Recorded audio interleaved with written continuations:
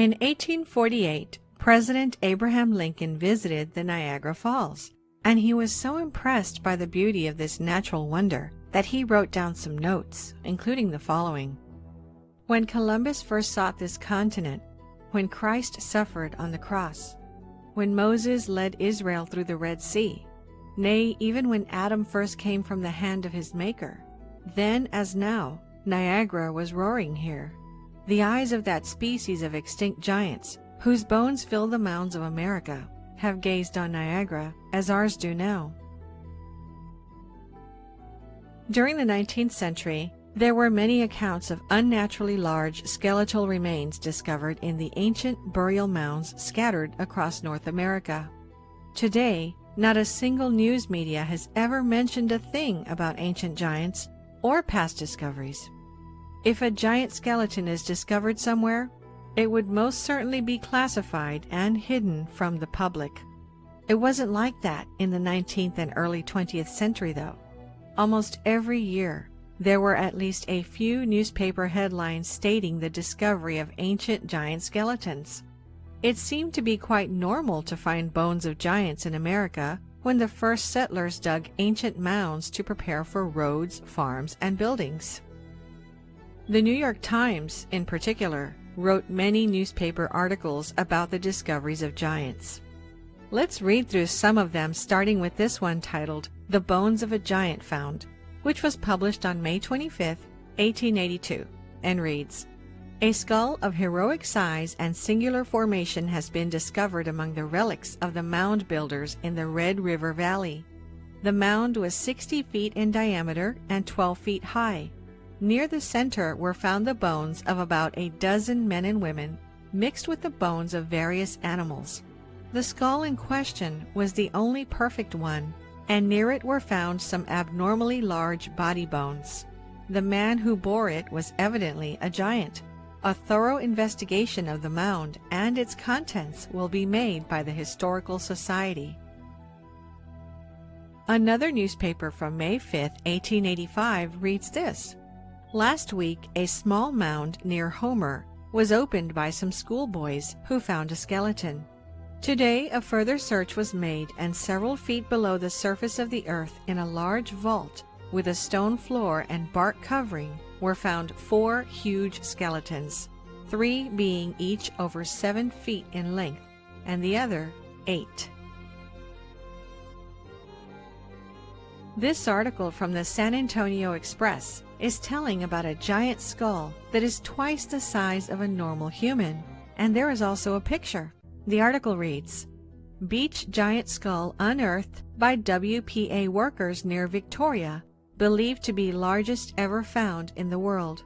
Normal head also found." That Texas had a giant in the beach in the long ago appears probable from the large skull recently unearthed on a mound in Victoria County, believed to be the largest human skull ever found in the United States and probably in the world. Twice the size of the skull of a normal man, the fragments were dug up by W. Duffin, an archaeologist who is excavating the mound in Victoria County under a WPA project sponsored by the University of Texas. In the same mound and at the same level, a normal-sized skull was found. The pieces taken from the mound were reconstructed in the WPA laboratory under the supervision of physical anthropologists. A study is being made to determine whether the huge skull was that of a man belonging to a tribe of extraordinary large men, or whether the skull was that of an abnormal member of a tribe, a case of gigantism. Several large human bones have been unearthed at this site.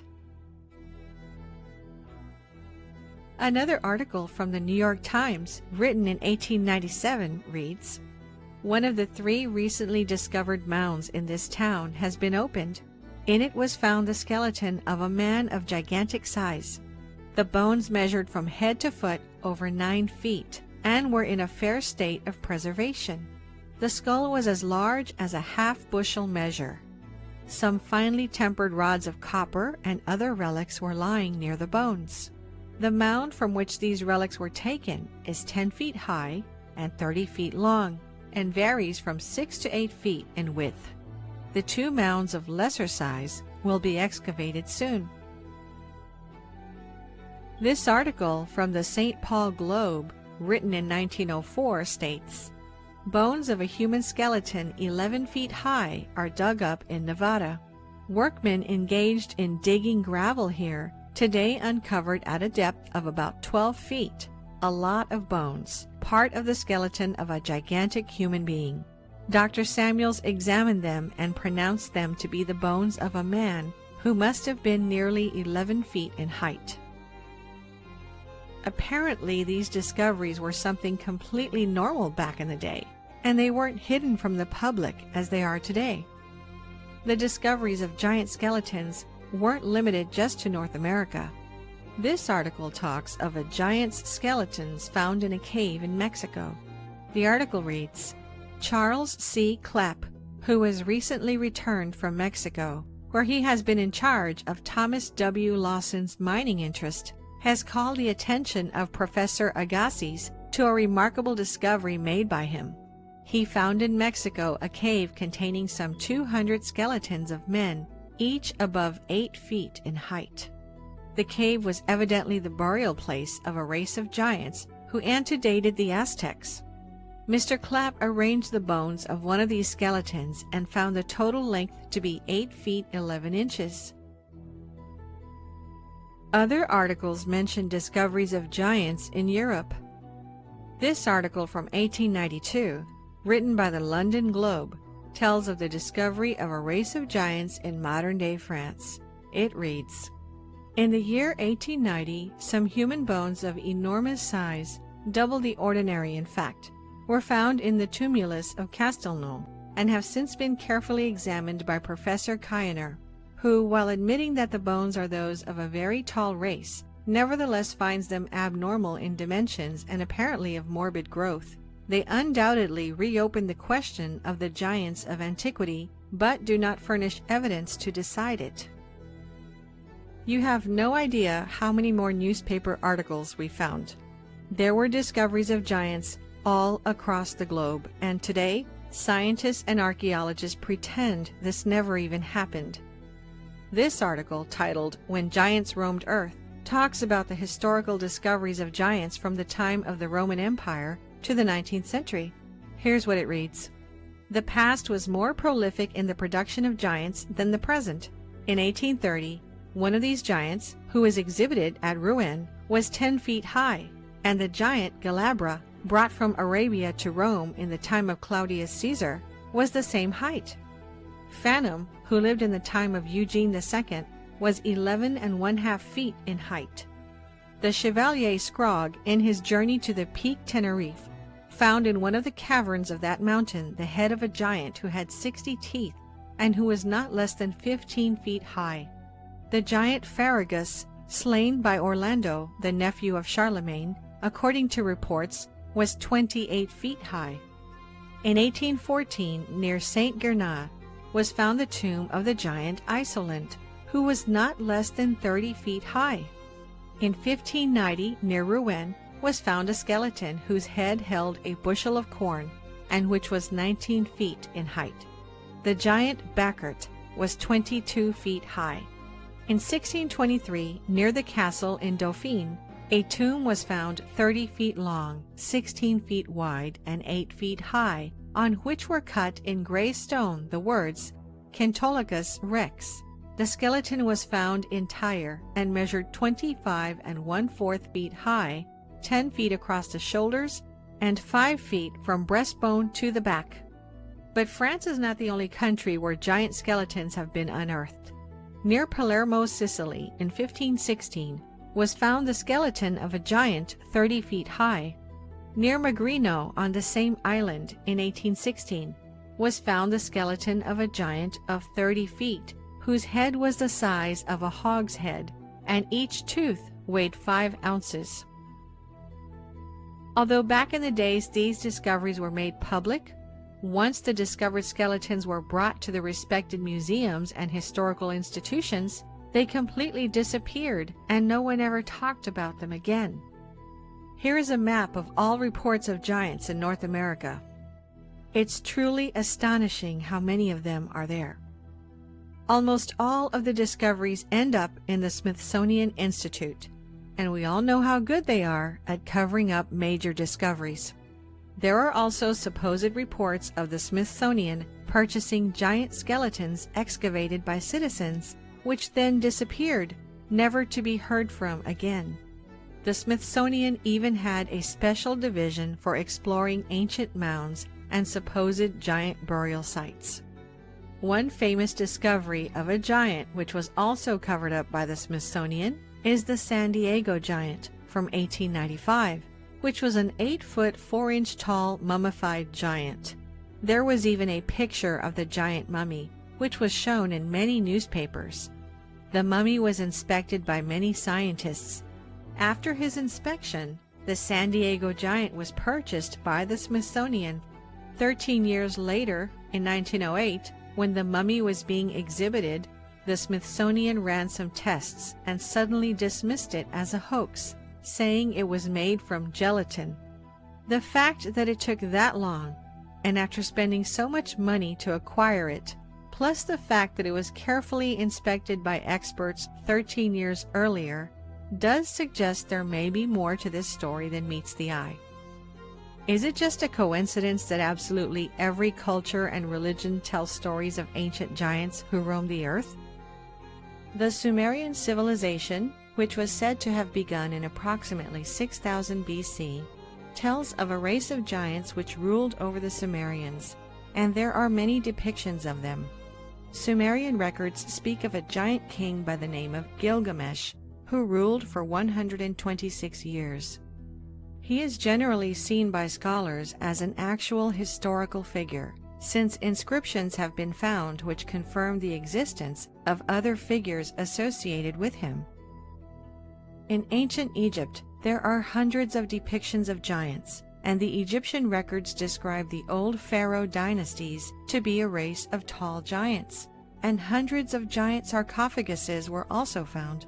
But the mummies there had been long looted. This unusual story, with a headline, "Prehistoric Egyptian Giants," was reported in multiple newspapers and reads, in 1881, when Professor Timmerman was engaged in exploring the ruins of an ancient temple of Isis on the banks of the Nile, 16 miles below Najar Jafard, he opened a row of tombs in which some prehistoric race of giants had been buried. The smallest skeleton out of some 60-odd, which were examined during the time Timmerman was excavating at Najar Jafard, measured 7 feet and 8 inches in length, and the largest 11 feet 1 inch. Memorial tablets were discovered in great numbers, but there was no record that even hinted that they were in the memory of men of extraordinary size. It is believed that the tombs date back to the year 1043 BC. According to the German newspaper Bild, an entrepreneur named Gregor Spory took a number of photos of a mummified giant finger in 1988. The owner of the finger was a retired grave robber who found the finger in an undisclosed tomb.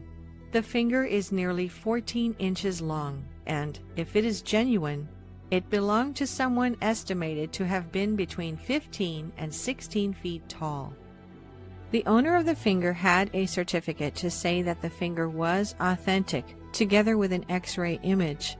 Later, when Spory returned to Egypt to purchase the finger, the owner had disappeared, leaving us only with the photographs of this discovery.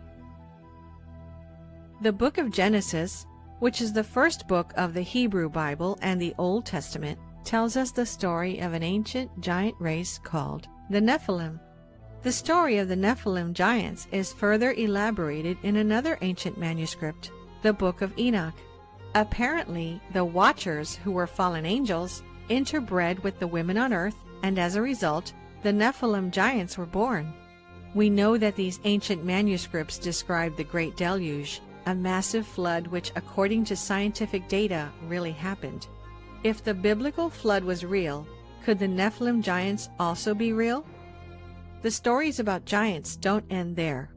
Every Native American tribe tells of the times when giants used to rule North America. and there were brutal wars between the giants and the Native Americans. The tribes had to unite together against a group of red-haired cannibalistic giants and fought them to extinction.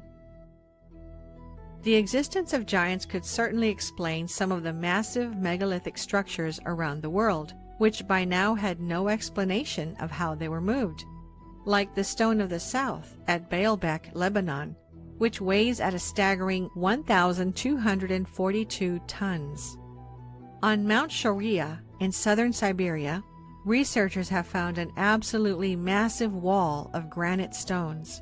Some of these gigantic granite stones are estimated to weigh more than 3,000 tons, more than double the weight of those in Lebanon. It's interesting to note that the original name for Stonehenge was the Giant's Dance, or the Giant's Ring. Stonehenge is a later Saxon name that translates to the Hanging Stones. Giants are also part of the Celtic mythology, the Greek and Roman mythology, the Hindus, Buddhist, Norse, and even in the Japanese Shinto folklore. In fact, there's an amazing video from an old military parade in Imperial Japan in which the Japanese proudly show this huge giant and parade him alongside the imperial soldiers. It's been said that this giant was the last member of a tribe of giants called Cha-Cha, who lived on an island with the name of Hahashima. There are many historical accounts of giants as well. Flavius Josephus, a first-century Jewish scholar and historian, wrote this, "For which reason they removed their camp to Hebron, and when they had taken it, they slew all the inhabitants. There were till then left the race of giants, who had bodies so large and countenances so entirely different from other men, that they were surprising to the sight and terrible to the hearing. The bones of these men are still shown to this very day, unlike to any credible relations of other men." During the 1500s, when the Spanish navigators were exploring the coast of the Americas, sightings of live giants were also sighted. 3 captains of Spanish ships reported these taller-than-average native people on their expeditions to America, as well as Sir Francis Drake, Captain John Smith, and several other notable eyewitnesses. This is what Captain John Smith wrote about them. "The Sasquasahanogues are a giant-like people. They measured the calf of the largest man's leg and found it 3/4 of a yard about, and all the rest of his limbs were in proportion." In 1519, Spanish explorer Alonso Alvarez de Pineda was mapping the coastline of the Gulf Coast, marking the various rivers, bays, landmarks, and potential ports. Not far from where the river empties into the Gulf of Mexico, he found a large town and near it some 40 native villages. He described seeing many giants living in this village, and curiously, a race of tiny pygmies was also living there. Pineda described the tribes that settled near the Mississippi River as a race of giants from 10 to 11 palms in height, and a race of pygmies only 5 or 6 palms high. Perhaps the most intriguing and widely known tale of real giants in the age of exploration began with an account concerning none other than the great Portuguese explorer Ferdinand Magellan.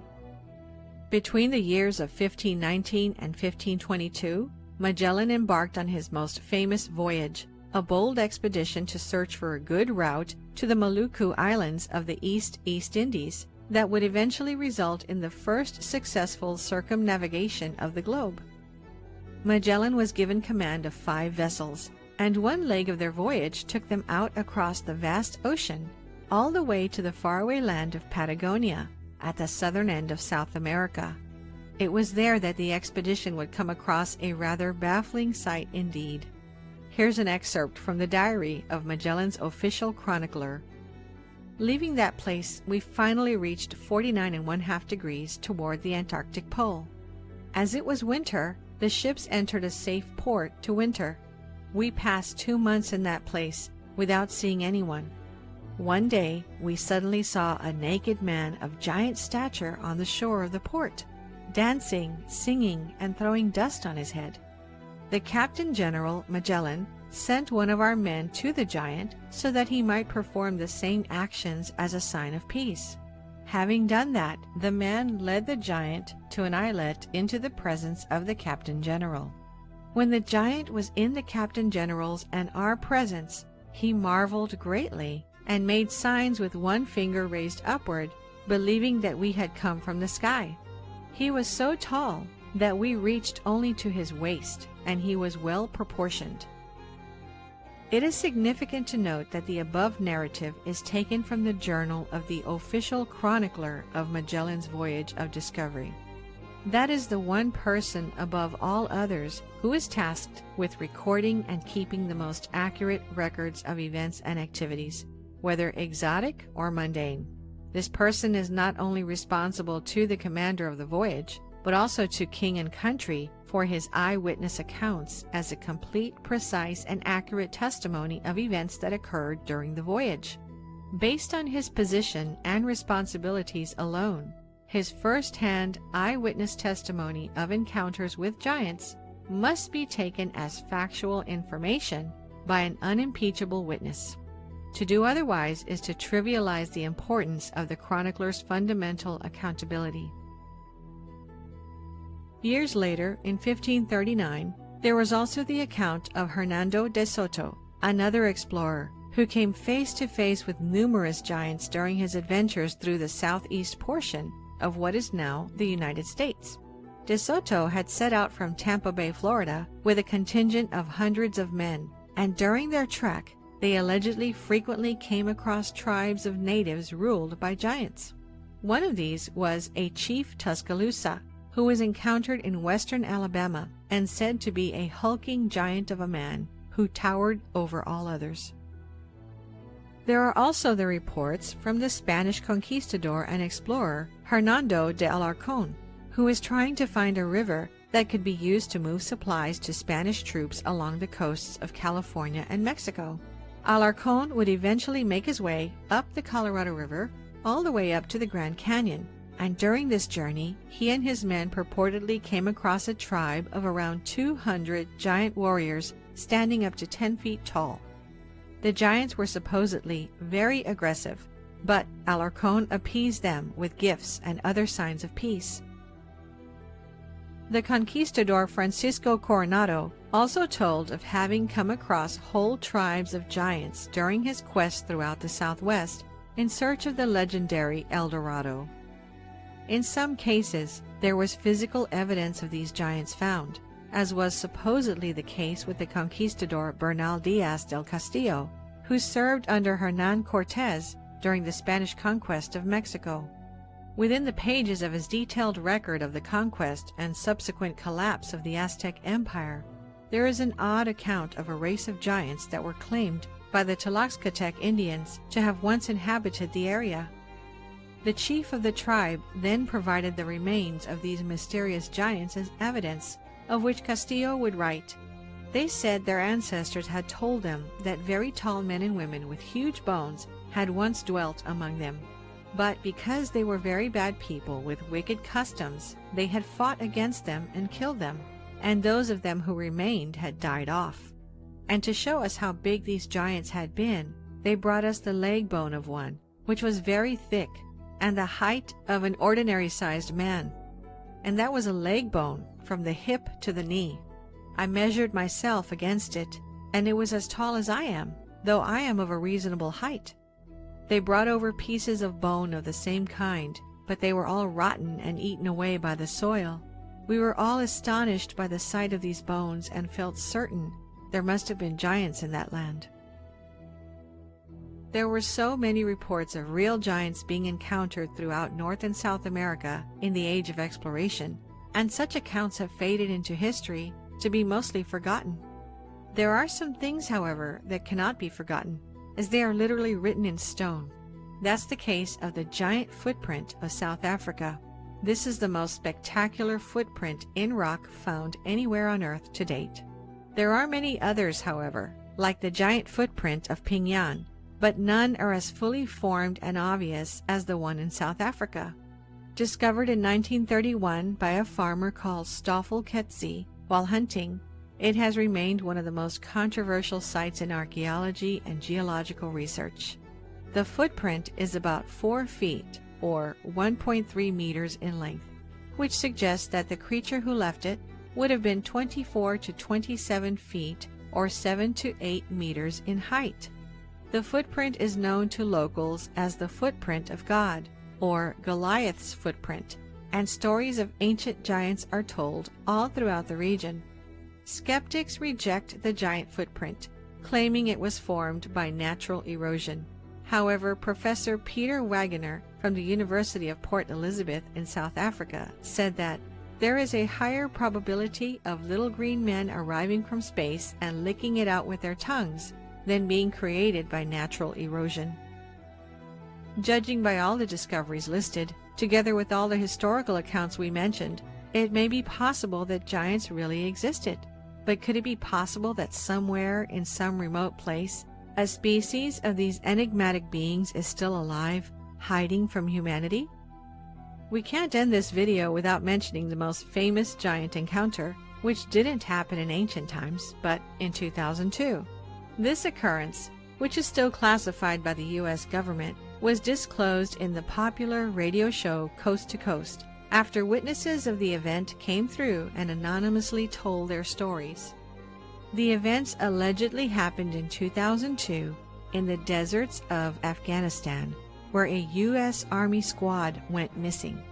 A special ops task force was sent to find out what happened, and the soldiers walked along a rugged mountainous trail until arriving at the entrance of a large cave.